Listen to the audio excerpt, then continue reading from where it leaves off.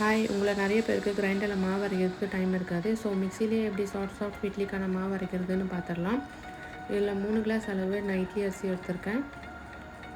அதே 3 கிளாஸ் அளவு நான் பொன்னி அரிசி எடுத்திருக்கேன். பாயில்ட் ரைஸ், 1 ஸ்பூன் அளவுக்கு வெந்தயம். இப்போ இது எல்லாமே நல்லா வாஷ் பண்ணிவிட்டு 3 to 4 hours நல்லா ஊற விட்டுருங்க. 1 கப் அளவு நான் உளுந்து எடுத்திருக்கேன். அதையும் நல்லா வாஷ் பண்ணிவிட்டு ஊற வச்சுடுங்க. இப்போ மாவு அரைக்க போகிறோம். மாவு அரைக்கும் போது நான் இதில் 2 பொருள் ஆட் பண்ண போகிறேன். அதுதான் உங்களோட இட்லியை நல்லா சாஃப்டாக்க போகுது. இந்த 1 கரண்டி அளவு நான் வடித்த சாதம் எடுத்திருக்கேன். 3 ஸ்பூன் அளவுக்கு நாவல் எடுத்திருக்கேன். உங்களுக்கு தேவையான அளவு தண்ணி ஊற்றிட்டு நல்லா மாவு பதத்துக்கு அரைச்சிக்கோங்க.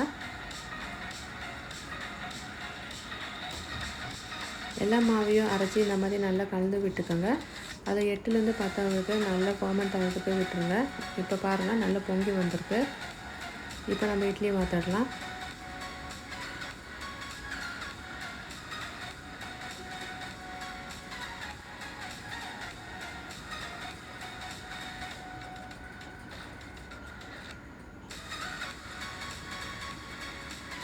ஸோ இட்லி ரெடிங்க. சாஃப்டான நல்ல டெக்ஸ்சரான இட்லி ரெடி.